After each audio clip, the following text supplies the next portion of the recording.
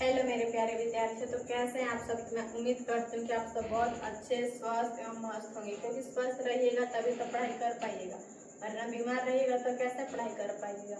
मैं काजल कुमारी आप सभी को हमारे विश्वसनीय चैनल RS Academy 2.0 पर तहे दिल से स्वागत करती हूँ। तो चलिए आज की इस वीडियो में हम लोग बायोलॉजी क्लास 11th के चैप्टर नंबर 1 जीव जगत के बारे में पढ़ाने वाली हूँ। देखिए, जीव जगत के अंदर हमें क्या चीज के बारे में पढ़ना है, तो जीव जगत के अंदर हमको जीवों के बारे में पढ़ना है। क्या चीज के बारे में पढ़ना है?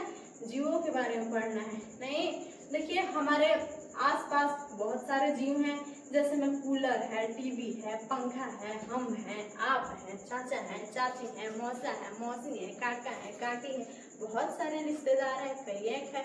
तो इनमें से हमको देखना है कौन सा जीव है, कौन निर्जीव है, किसमें जान है, किसमें जान नहीं है। चलिए, चैप्टर स्टार्ट करने से पहले बेसिक का ज्ञान होना बहुत जरूरी है। नहीं, अगर आपका बेसिक स्ट्रॉन्ग नहीं है ना, तो आप जीवन में कुछ नहीं कर पाइएगा। तो देखिए, आज सब्जेक्ट कौन सा पढ़ रहे हैं हम लोग? बायोलॉजी। आप लोग बोलिएगा लो का हम लोग के बायोलॉजी पढ़ाएंगे, जिनको खुद बायोलॉजी नहीं बोलने आ रहा है तो नहीं हो मुन्ना, ऐसा नहीं है। बायोलॉजी को बायोलॉजी नहीं बायोलॉजी बोला जाता है। Correct pronounce biology, not biology, समझे। अगर इंग्लिश बोल रहे हैं तो अच्छा से बोलिए, नहीं तो हिंदी बोलिए, जीव विज्ञान ही बोलिए, समझे। देखिए, आप लोग कोई टीचर ये नहीं बताएंगे कि बायोलॉजी को बायोलॉजी बोला जाता है।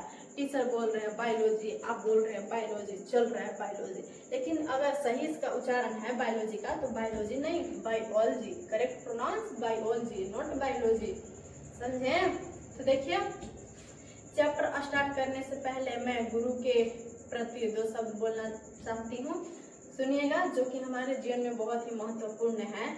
उस गुरु को वंदन है, उस गुरु को वंदन है जिसने हमको ज्ञान दिया, उसके चरणों के धूल भी चंदन है।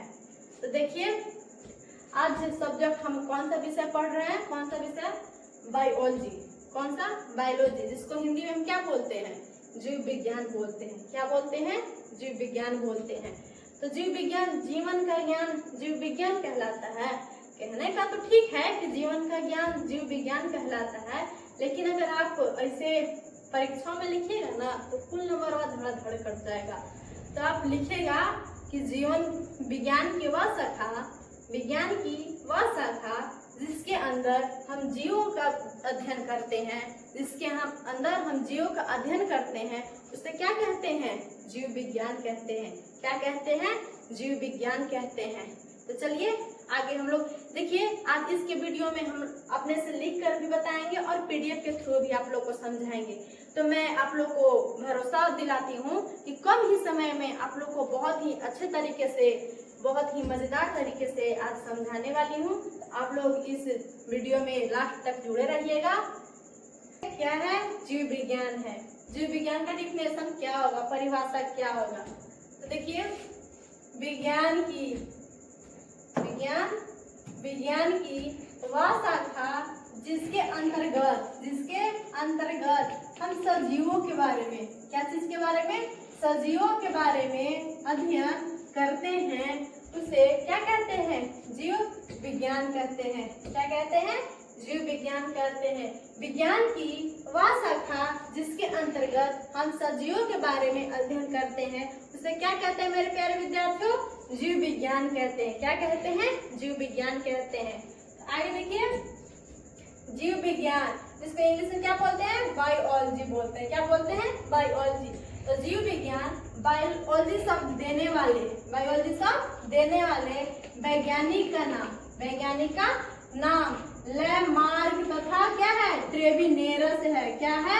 लैमार्क तथा ट्रेविनेरस है। यानी जो जीव विज्ञान जो शब्द कौन दिए थे? वैज्ञानिक का नाम क्या था? लैमार्क तथा ट्रेविनेरस था। क्या था? लैमार्क तथा ट्रेविनेरस था। यही दोनों वैज्ञानिक ने बायोलॉजी शब्द नाम दिए थे ना। आगे देखिए, जीव विज्ञान के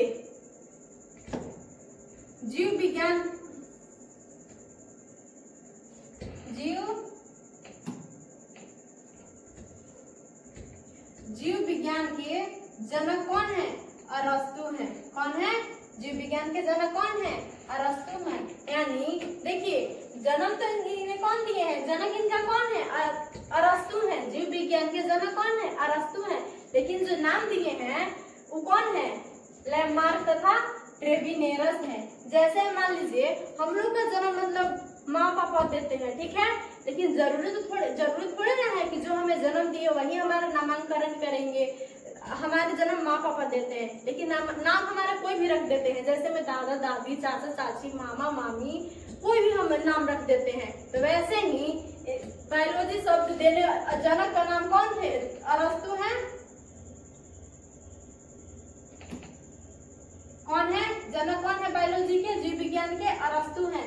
लेकिन इन्हें नाम कौन दिया है, लैमार्क तथा ट्रेविनेरस दिए हैं। कौन दिए हैं, लैमार्क तथा ट्रेविनेरस बायोलॉजी नाम दिए हैं, बायोलॉजी शब्द दिए हैं। और जो बायोलॉजी के जनक है वो कौन है, जो बायोलॉजी के पिता है कौन है मेरे प्यारे विद्यार्थी, अरस्तु है। कौन है, अरस्तु है। तो यहाँ तक तो आप लोग का क्लियर कंप्लीट हो गया होगा।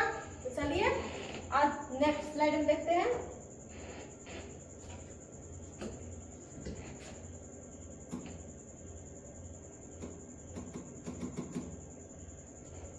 तो देखिए बायोलॉजी शब्द, बायोलॉजी दो शब्दों से मिलकर बना है।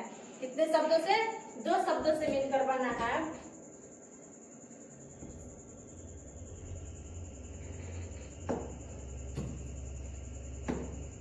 बायोलॉजी दो शब्दों से मिलकर बना है, बायो प्लस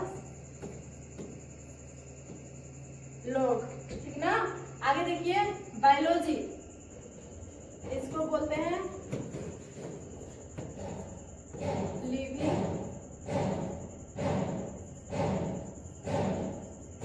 ऑर्गेनाइज, नहीं। और लोगस का मतलब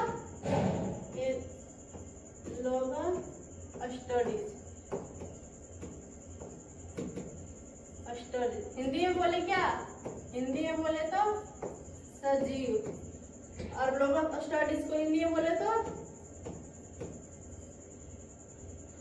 अध्ययन। क्या हो जाएगा, अध्ययन।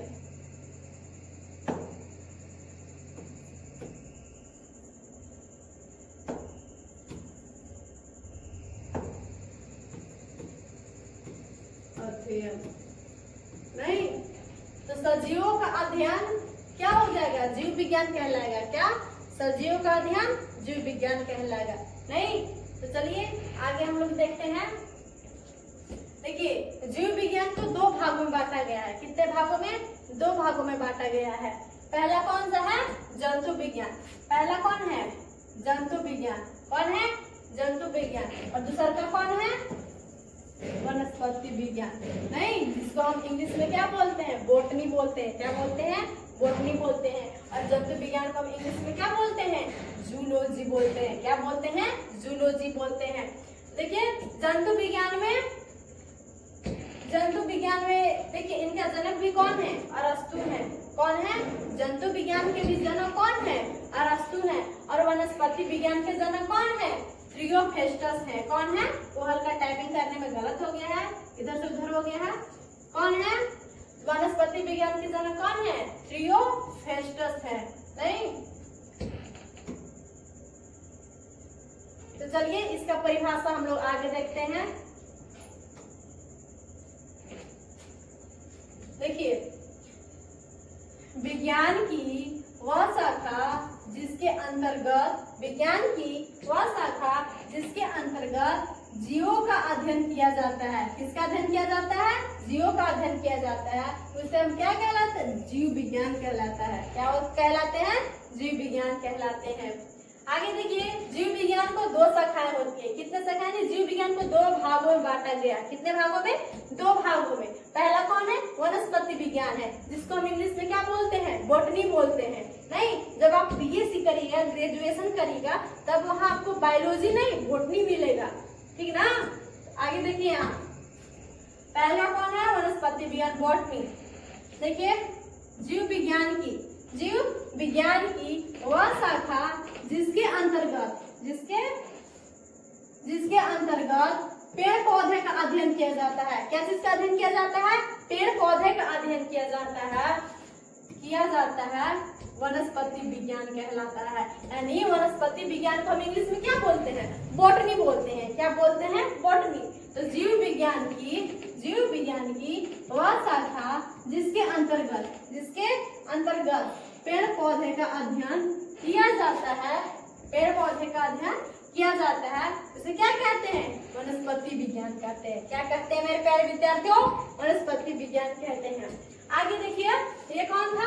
पहल का। ये कौन है? दूसर का कौन है? जंतु विज्ञान। कौन है? जंतु विज्ञान। तो जंतु विज्ञान को हम इंग्लिश में जूलॉजी बोलते हैं। क्या बोलते हैं? जूलॉजी बोलते हैं। तो यहाँ देखिए, जीव विज्ञान की वह शाखा जिसके अंतर्गत हम जंतुओं का अध्ययन करते हैं, जीव विज्ञान कहलाता है। कौन सा विज्ञान? जंतु विज्ञान कहलाता है। कौन सा विज्ञान? जंतु विज्ञान कहलाता है। जीव विज्ञान की वह शाखा जिसके अंतर्गत हम जंतुओं का अध्ययन करते हैं। किसका अध्ययन करते हैं? जीव जंतुओं का अध्ययन करते हैं, उसे क्या कहते हैं? जंतु विज्ञान कहते हैं। जंतु विज्ञान जूलॉजी, इसके अंदर हम जंतुओं का अध्ययन करते हैं। और वनस्पति विज्ञान, जिसको हम इंग्लिश में बोलते हैं बॉटनी, इसको हम इसके अंदर हम क्या चीज का अध्ययन करते हैं? पेड़ पौधे के बारे में अध्ययन करते हैं, उसे हम क्या कहते हैं? वनस्पति विज्ञान कहते हैं। क्या कहते हैं? वनस्पति विज्ञान कहते हैं। तो चलिए आगे नेक्स्ट स्लाइड में देखेंगे हम लोग। यहाँ तक क्लियर है? कोई दिक्कत नहीं? चलिए ठीक है। देखिए आगे का क्या है? जीव। बायोलॉजी हम लोग क्या पढ़ रहे हैं? जीव के बारे में, जीव जगत में जीव के बारे में पढ़ रहे हैं ना। तो जीव को इंग्लिश में क्या बोलते हैं? ऑर्गेनाइजर। तो देखिए, जीव एक या एक से अधिक कोशिका का बना वह संगठन है जिसमें बाहरी और आंतरिक वृद्धि होती है, विकास होता है और अपने जैसा प्रतिरूप बनाने की क्षमता होती है। वह क्या कहलाता है? जीव कहलाता है। क्या कहलाता है? जीव कहलाता है। यानी जीव एक या एक से अधिक कोशिकाओं का बना वह संगठन है जिसमें बाहरी और आंतरिक वृद्धि होती है। क्या होता है? वृद्धि होता है। अब जीव है तो उसे वृद्धि होगा ही ना। वृद्धि होता है, विकास होता है और अपने जैसा प्रतिरूप बनाने की क्षमता होती है। वो क्या कहलाता है? जीव कहलाता है। क्या कहलाता है? जीव कहलाता है।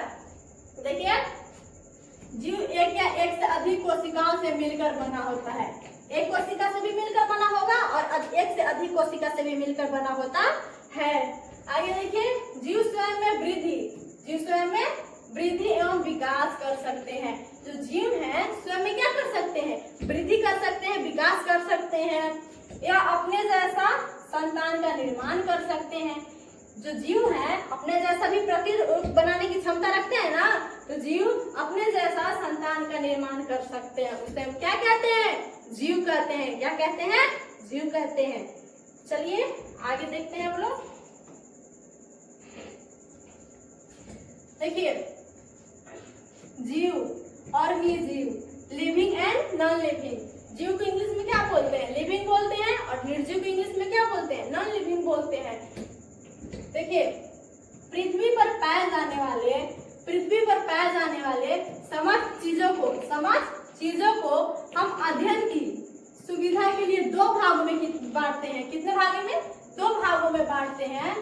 उसे क्या कहते हैं? सजीव और निर्जीव। नहीं, पृथ्वी पर पाए जाने वाले समस्त चीजों को हम दो भागों में बांटते हैं। कितने भागों में?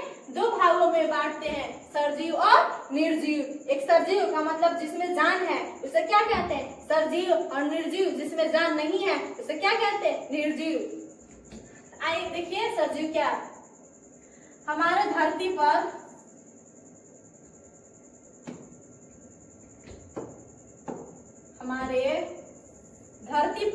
पाए जाने वाले वे जीवित जीव हैं जिनमें अनेक जैविक क्रियाएं होती हैं। क्या होता है? जैविक क्रियाएं होती हैं। जैसे में क्या? श्वसन। इसमें श्वसन, पोषण, उत्सर्जन, वृद्धि एवं विकास अधिक क्रियाएं होती हैं। उसे क्या कहते हैं? सरजीव कहते हैं। यानी हमारे धरती पर पाए जाने वाले वे जीवित जीव जिनमें अनेक जैविक क्रियाएं जैसे क्या श्वसन, पोषण, उत्सर्जन, वृद्धि एवं विकास अधिक क्रियाएं होती है, उसे क्या कहते हैं? सजीव कहते हैं। यानी वैसे जीव जिसमें जान हो उसे क्या कहते हैं? जीव कहते हैं। क्या कहते हैं? सरजीव कहते हैं। नहीं, आगे देखिए निर्जीव, जिसको हम इंग्लिश में क्या बोलते हैं? नॉन लिविंग बोलते हैं। क्या बोलते हैं? नॉन लिविंग बोलते हैं।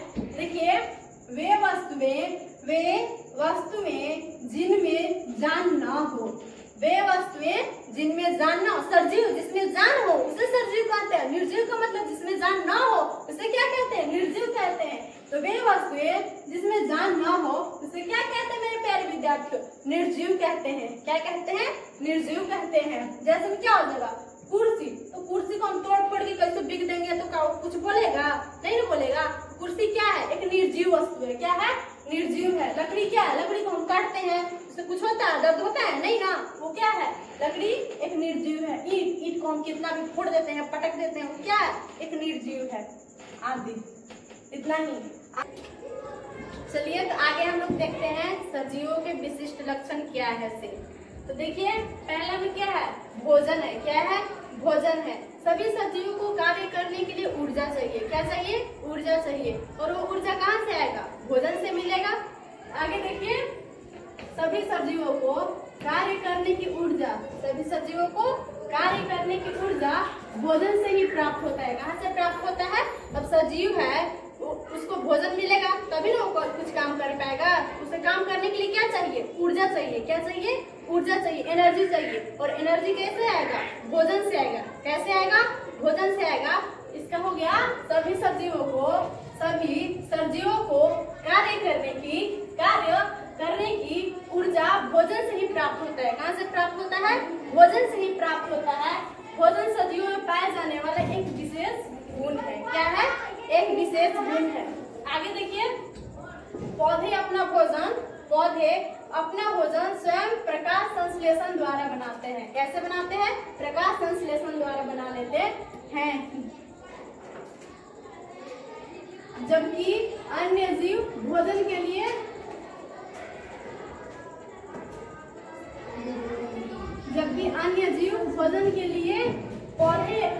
पौधे या दूसरे जंतु पर निर्भर होते हैं। यानी मनुष्य अपना भोजन स्वयं बना लेते हैं। उनको भोजन के लिए क्या चाहिए? ऊर्जा की, एनर्जी के लिए क्या चाहिए? भोजन चाहिए। और पौधे अपना भोजन स्वयं बना लेते हैं किसके द्वारा? प्रकाश संश्लेषण के द्वारा। किसके द्वारा? प्रकाश संश्लेषण के द्वारा।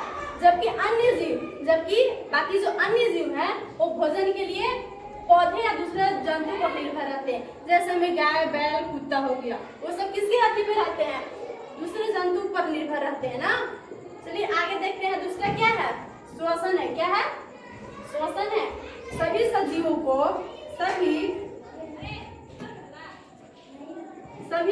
को जीवित रहने के लिए ऑक्सीजन की आवश्यकता होती है। किसकी आवश्यकता होती है? ऑक्सीजन की आवश्यकता होती है, जो हमें वायुमंडल से प्राप्त होती है। कैसे प्राप्त होती है? वायुमंडल से प्राप्त होती है। ऑक्सीजन को ग्रहण करने तथा CO2 छोड़ने की प्रक्रिया क्या कहलाती है? श्वसन कहलाती है। क्या कहलाती है?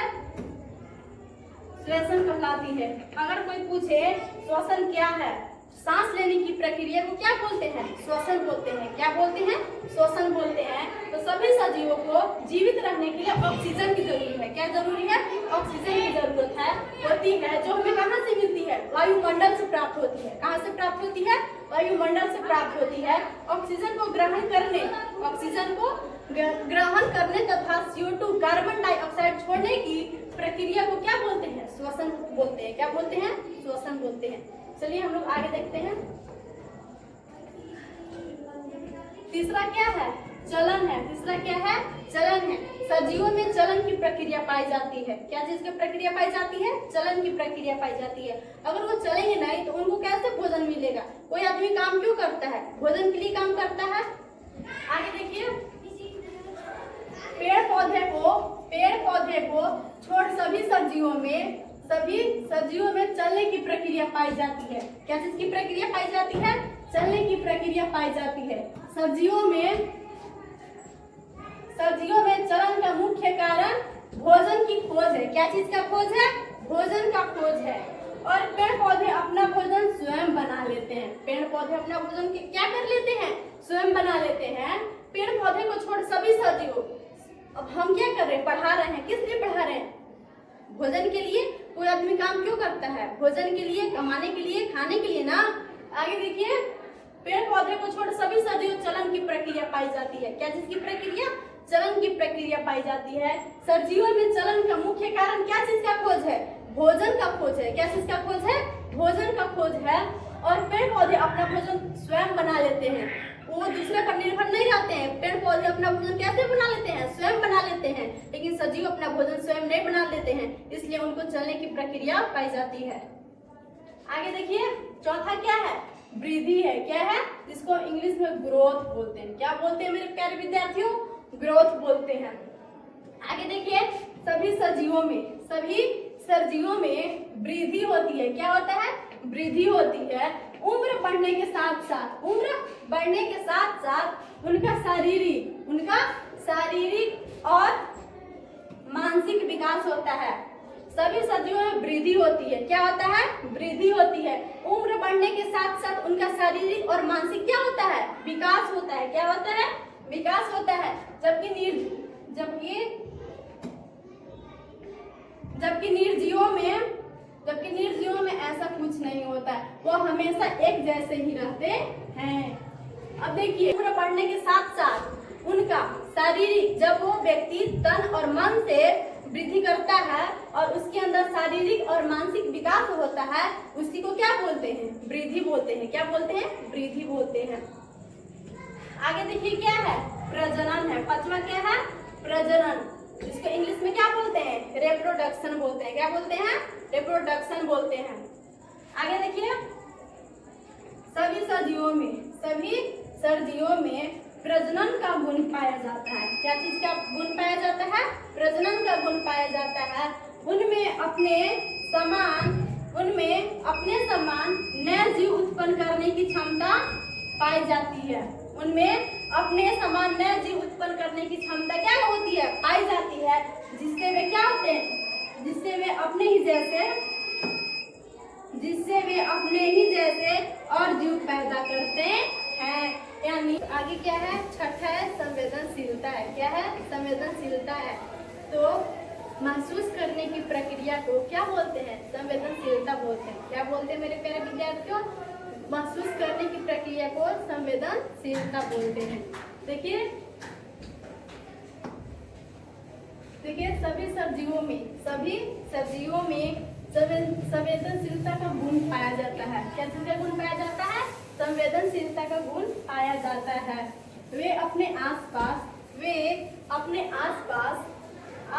तथा मौसम में होने वाले परिवर्तनों को महसूस कर सकते हैं। क्या महसूस कर सकते हैं? परिवर्तनों को महसूस कर सकते हैं। जैसे में गर्मी है तो गर्मी का दिन, बरसात है तो बरसात का दिन, वो क्या कर सकते हैं? महसूस करते हैं। महसूस करने की प्रक्रिया को क्या बोलते हैं? संवेदनशीलता बोलते हैं। क्या बोलते हैं? संवेदनशीलता बोलते हैं। देखिए, मनुष्य में 5 संवेदी अंग पाए जाते हैं। कितने संवेदी अंग पाए जाते हैं? 5 संवेदी अंग पाए जाते हैं। जबकि पेड़ पौधे में कोई विशेष संवेदी अंग नहीं पाए जाते हैं, लेकिन वह भी सर्दी, गर्मी तथा सूर्य का प्रकाश को महसूस करते हैं। देखिए आगे, वे भी सर्दी, गर्मी तथा सूर्य का प्रकाश को महसूस कर सकते हैं। सूर्यमुखी का पौधा इसका सबसे अच्छा उदाहरण है। क्या है? इसका सबसे अच्छा उदाहरण है।